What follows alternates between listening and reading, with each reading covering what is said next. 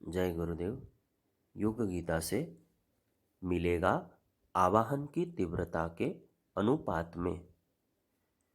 ये यथा मां प्रपद्यन्ते तांस्तथैव भजाम्यहम्। मम वर्त्मानुवर्तन्ते मनुष्याः पार्थ सर्वशः। अध्याय 4 श्लोक 11।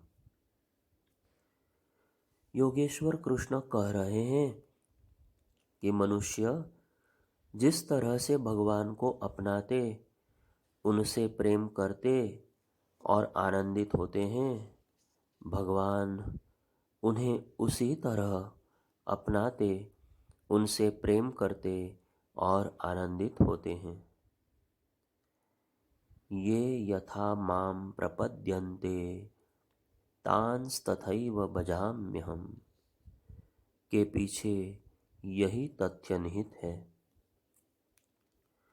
यह इसलिए कहा जा रहा है कि सभी मनुष्य सभी प्रकार से प्रभु के बताए मार्ग का ही अनुसरण करते हैं। यही हमारी भारतीय संस्कृति की सबसे बड़ी विशेषता, सहनशीलता, सामासिकता का दिग्दर्शन हमें होता है।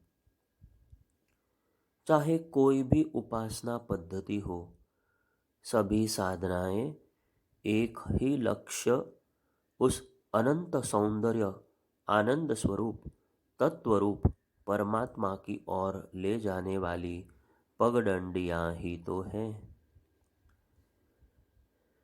यदि व्यक्ति निर्माण की दृष्टि से देखा जाए तो आह्वान का तरीका कुछ भी हो, यदि अनिवार्य शर्तें पूरी हो रही हैं तो मनुष्य की कामनाओं की पूर्ति निश्चित ही होती है। मनुष्य के लिए कुछ भी असंभव नहीं। आवश्यकता है तो केवल उसे अपने मन का अवलोकन करने की, वांछित तीव्रता व एकात्मता के साथ अपनी क्षमताओं का बुद्धिमत्तापूर्ण प्रयोग करने की, फिर जो भी कुछ वह चाहता है उसे मिलकर ही रहेगा, चाहे वह आध्यात्मिक ज्ञान हो अथवा सांसारिक उपलब्धियां। प्रत्येक को अपने आवाहन की तीव्रता के अनुपात में अपने कार्य क्षेत्र में सफलता मिलती है, लेकिन यह उपलब्धि होती प्रभु से ही है। मार्ग भले ही विशुद्धात्मा सर्वशक्तिमान सत्ता ही क्यों न हो, प्रत्येक सफल कार्य, चमत्कारिक उपलब्धि कहीं भी किसी समय अर्जित किए जाते हैं तो वह आत्मा के शुद्ध चैतन्य से ही प्रेरित होते हैं। भगवान की 11वें श्लोक में कही गई बात को अब सीधे सादे ढंग से समझने का प्रयास करें तो ऐसा कुछ निष्कर्ष निकलता है। सारी आसक्ति, भय और क्रोध को त्याग कर स्थिर मन से अपने ही स्वरूप का ध्यान करने वाले साधक परमात्मा के अनंत सौंदर्य का दर्शन कर पाते हैं। कुछ लोग अपनी मनोकामनाओं के वशीभूत हो उनकी आराधना करते हैं तो उन्हीं की कृपा के बल से सफलता पाते हैं।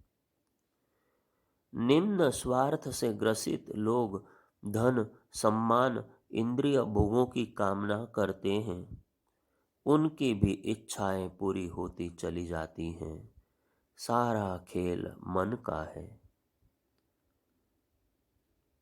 आपने जैसी कामनाएं की वैसा ही मनोयोग बना, क्रियाएं हुई और फल की प्राप्ति हुई।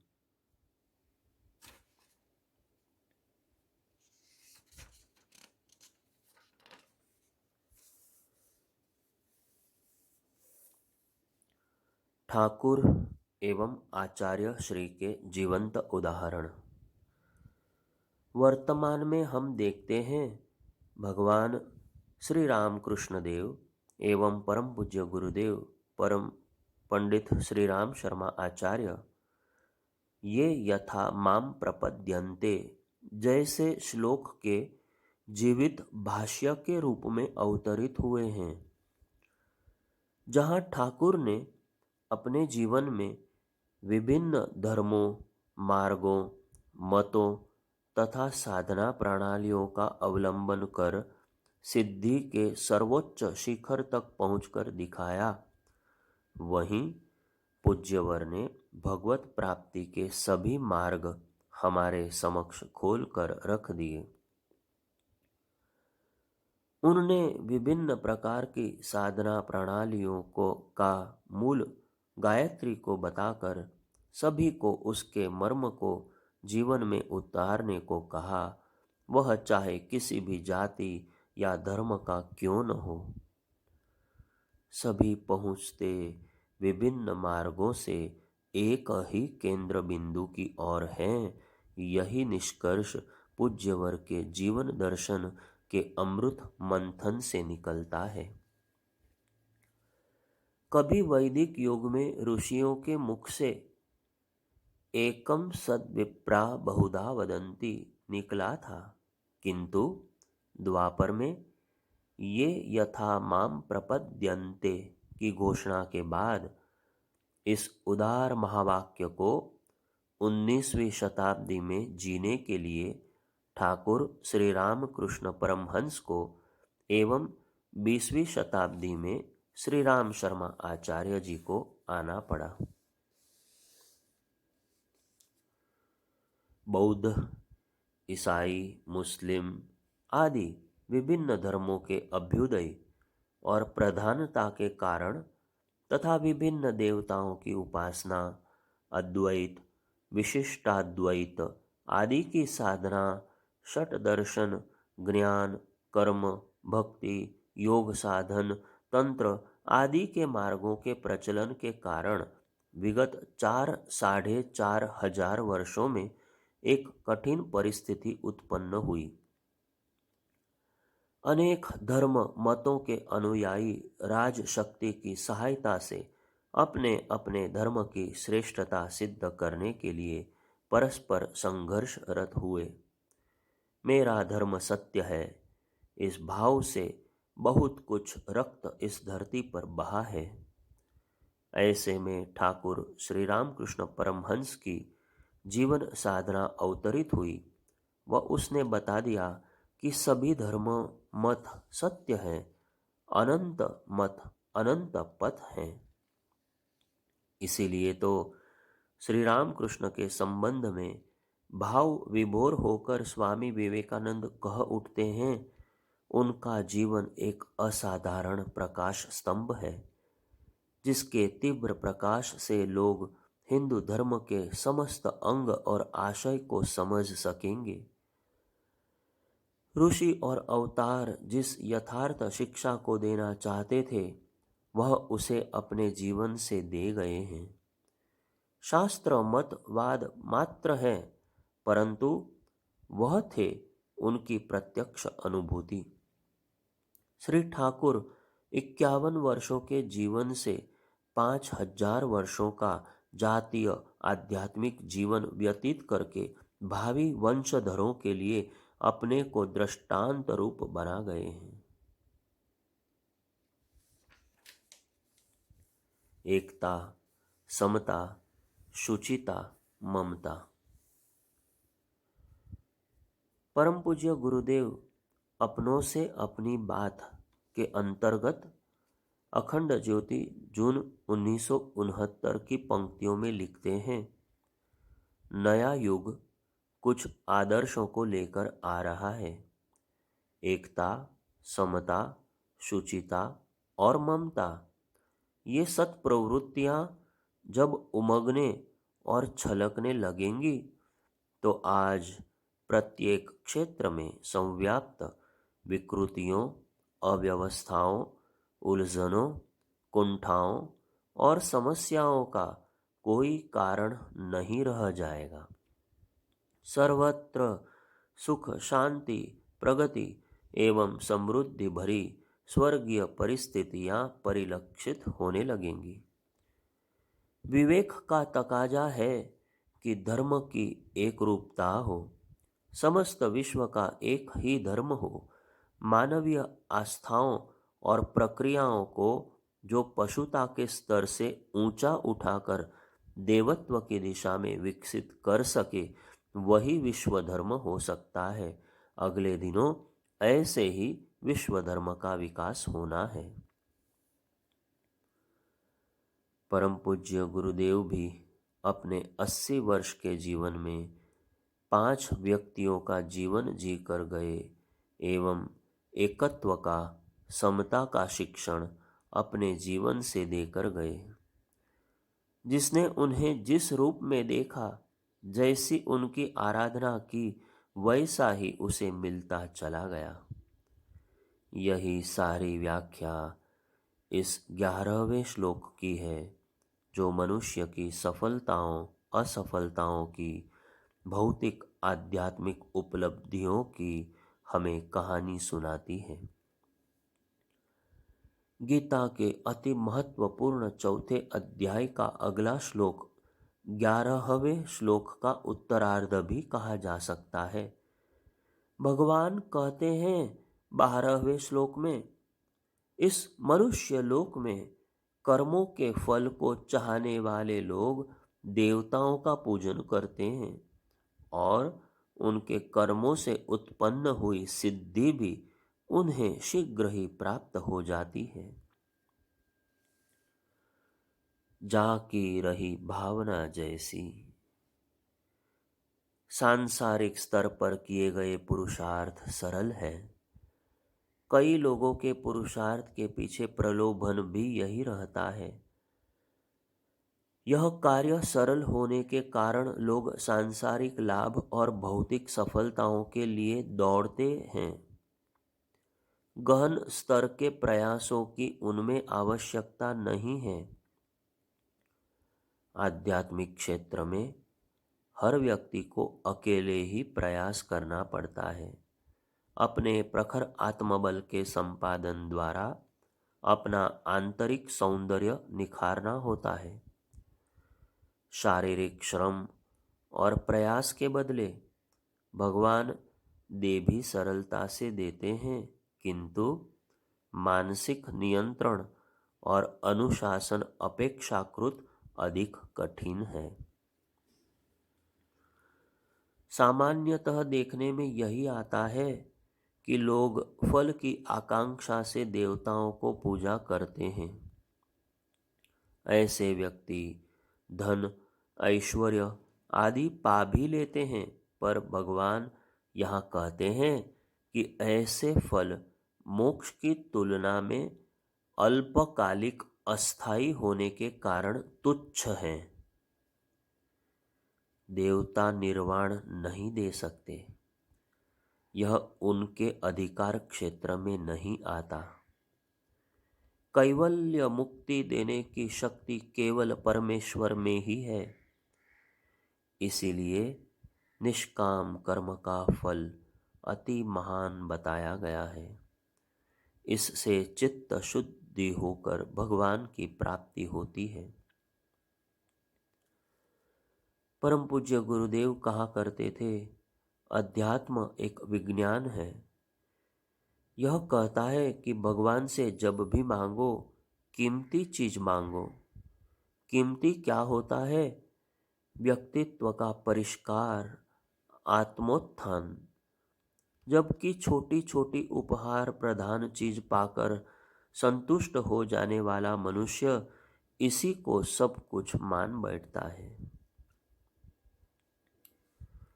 गुरुवर की धरोहर परम पूज्य गुरुदेव के प्रवचनों पर आधारित पुस्तक है।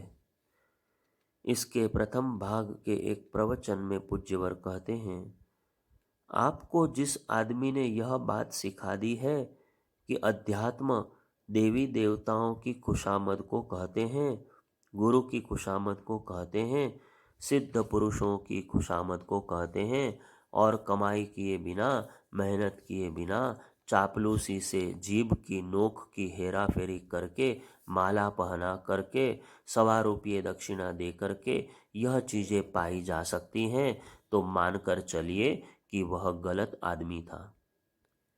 आप उससे भी गलत आदमी हैं जो ऐसी बातों पर विश्वास करते हैं। दुनिया कायदे पर बनी हुई नियम पर टिकी है। सकाम और निष्काम के फलितार्थ। योगेश्वर श्री कृष्ण बार बार अर्जुन को इस सकाम और निष्काम के फलितार्थ बताकर उसे कर्म संन्यास की ओर ले जाने का प्रयास करते हैं। कर्मणा सिद्धिम यजन्ते, कर्म से उत्पन्न होने वाली सिद्धि के बारे में वे बता रहे हैं कि चाहे प्रेत पितरों की पूजा कर लो, चाहे देवी देवताओं की तामसिक व सात्विक सिद्धि मिल जाएगी, परंतु यह लौकिक स्तर की होगी। किंतु जब कोई भगवान की इच्छा के अनुसार निष्काम जीवन जीता है तो उसकी आकांक्षा समाप्त हो जाती है। पूरे श्लोक का भाव है आकांक्षा रहित होकर जीवन यापन करना। जापान में एक संत इसुनु हुई है। कभी भोजन करती, कभी 15-15 दिन भूखी रह जाती। शरीर पर इसका कोई प्रभाव नहीं पड़ता था। वे भगवान से पूछती, भगवान आज खाना खा ले, और उत्तर हाँ में मिलता तो वे खा लेती थी। इसी प्रकार एक दिन उनने कहा कि आज मेरे प्रभु बुला रहे हैं, एवं इतना कहकर अंतिम भोजन किया। शाम को शरीर स्वेच्छा से छोड़ गई। यह है प्रभु समर्पित जीवन। यह सिद्ध महिला संत भगवान के लिए जीती थी, खाती थी और उनसे सीधा वार्तालाप करती थी।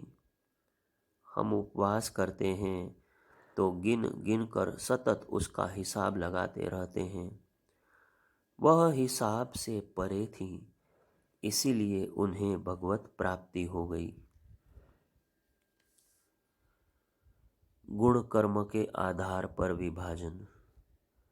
आगे 13वें श्लोक में भगवान कहते हैं, गुणों और कर्मों के आधार पर 4 वर्णों ब्राह्मण, क्षत्रिय, वैश्य और शूद्र की रचना मेरे द्वारा ही की गई है।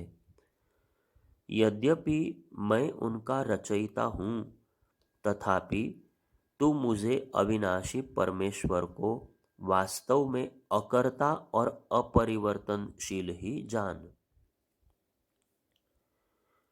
भगवान कहते हैं कि गुण कर्मों के आधार पर 4 वर्ण मेरे द्वारा बनाए गए हैं।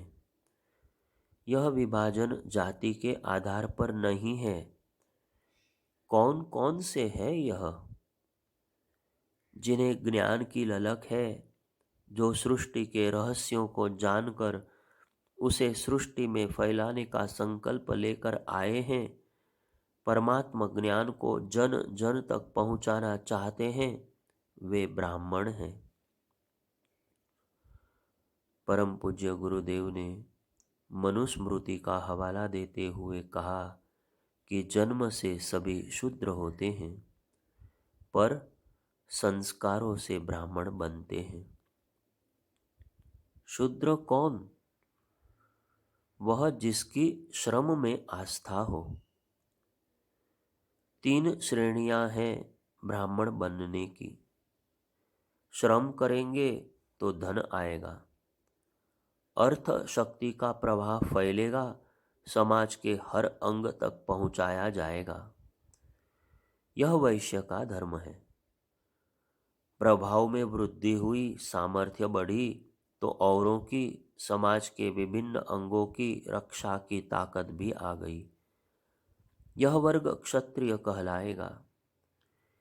इसके बाद जब सांसारिकता से ऊपर उठ जाते हैं और ज्ञान पाने की आकांक्षा बढ़ने लगती है, तो ब्राह्मण कहलाते हैं। परम पूज्य गुरुदेव ने कहा, हम गायत्री के माध्यम से सभी को ब्राह्मण बनाएंगे।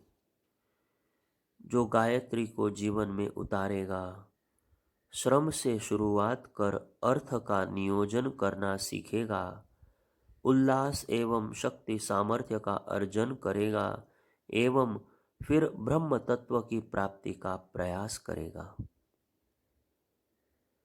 वे कहते थे कि यदि आइंस्टाइन आज होते तो उन्हें ब्राह्मण कहा जाता, उन्हें क्रिश्चियन नहीं कहा जाता। परशुराम ब्राह्मण थे पर कर्म से क्षत्रिय थे। गांधी वैश्य थे पर कर्म से ब्राह्मण भी थे व क्षत्रिय भी। पुरातन मान्यता रही है कि जो जिस जाति में जन्मा है उसी में मरेगा। पूज्यवर ने कहा है कि ऐसा नहीं है। ब्राह्मणत्व एक सिद्धि है जिसका राजमार्ग श्रम की साधना से आरंभ होता है एवं पराकाष्ठा तक पहुंचने पर ज्ञान की प्राप्ति होने तक चला जाता है। स्वामी विवेकानंद जी के अनुसार ऐसा व्यक्ति जिसमें सात्विक भावनाएं प्रबल हों ब्राह्मण कहलाता है। इस श्रेणी में भावनाशील, बुद्धिजीवी, विचारक, वैज्ञानिक और अन्वेषक आते हैं। रजोगुण गतिशीलता, सक्रियता का प्रतीक है। जब यह प्रधान हो, तमोगुण पर्याप्त हो किंतु सत्वगुण न्यून हो तो उन्हें वैश्य कहा जाता है। इनमें व्यापारी आदि आ जाते हैं। मंद और निम्न वासनाओं की प्रबलता तामसिक गुणों में गिनी जाती है। जब तमोगुण की प्रधानता हो तो शूद्र कहे जाते हैं। इनमें कारीगर, मजदूर, श्रमिक आदि आते हैं। जब रजोगुण प्रधान, सत्वगुण पर्याप्त एवं तमोगुण शून्य न्यून हो तो उन्हें क्षत्रिय कहा जाता है।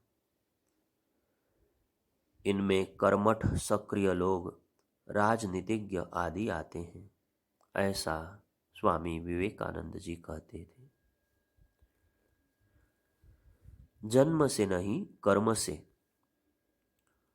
चारों वर्णों का कारण जन्म विशेष नहीं है। आज जो जातिवाद की समस्या एक विष की तरह चारों ओर असमानता के रूप में बढ़ती दिखाई दे रही है, यह हमारे मनुष्यों के निहित स्वार्थों के कारण पैदा की गई है। भगवान कहते हैं कि चारों वर्ण वासनाओं के स्वरूप यानी कि गुण और कर्मों के प्रकार यानी कि कर्म पर ही आधारित है। वर्ण व्यवस्था मानव जाति का वैज्ञानिक, सार्वभौमिक, प्राकृतिक, मानसिक वर्गीकरण है, लेकिन तोड़ा मरोड़ा उलझा हुआ वर्ण धर्म और अनैतिक विकृतियां, ये सब हमारे मन की कुरूपताएं हैं। यह स्वामी चिन्मयानंद जी की मान्यता है। भगवान इस सुप्रसिद्ध श्लोक में यह भी कहते हैं कि प्रत्येक हृदय का प्रकाशक चैतन्य तत्व होने के नाते वे निसंदेह सब प्रकार के मानवी कर्मों के पीछे विद्यमान एक शक्ति के रूप में है। फिर चाहे वह पुण्य करने वाला हो या पाप कर्म करने वाला, तथापि वे उसमें शक्ति होते हुए भी अकर्ता और अविनाशी है। माम विद्धि अकर्ताः अमव्ययम्। अपने भीतर की वासनाओं की अभिव्यक्ति ही हमारे बहिरंग में दिखाई देती है। भगवान अपरिवर्तनशील है। उनकी ही दिव्य सत्ता सभी के हृदय में विराजमान है, चाहे वह पुण्यवान हो अथवा पापी चांडाल। यह वासनाओं के परिशोधन एवं सतोगुणी प्रकृति के विकास पर निर्भर करता है कि कौन कहाँ तक पहुँच पाया। आध्यात्मिक विकासवाद की बड़ी सुंदर व्याख्या यहाँ भगवान के श्रीमुख से प्रस्तुत हुई है। यजुर्वेद संहिता के पुरुष सूक्त की 11 ऋचा में आया है, उस परम पुरुष ब्रह्मा के मुख से ब्राह्मण, बाहुओं से क्षत्रिय, उदर से वैश्य और पैरों से शूद्र का जन्म हुआ। इसका आशय यह है कि ब्राह्मण ज्ञान, धर्म और कर्म की शिक्षा देते हैं। इसी कारण वे मानव समाज के मुख्य स्वरूप हैं। जो लोग बाहुबल से समाज की रक्षा करते हैं वे क्षत्रिय हैं और समाज के बाहु स्वरूप हैं। जो लोग समाज के अन्न, वस्त्र आदि का प्रबंध करते हैं वे वैश्य हैं और समाज के उदर या उरु स्वरूप हैं। जो लोग समाज को गतिशील रखते हैं, सेवक हैं, वे समाज के पैरों के समान हैं। चारों में से किसी को भी नीचा या ऊंचा ऋषि ने नहीं कहा है। हाँ, एक विकास की यात्रा कही है जो श्रम प्रधान जीवन से आरंभ होकर ज्ञान प्रधान, तप प्रधान जीवन पर समाप्त होती है।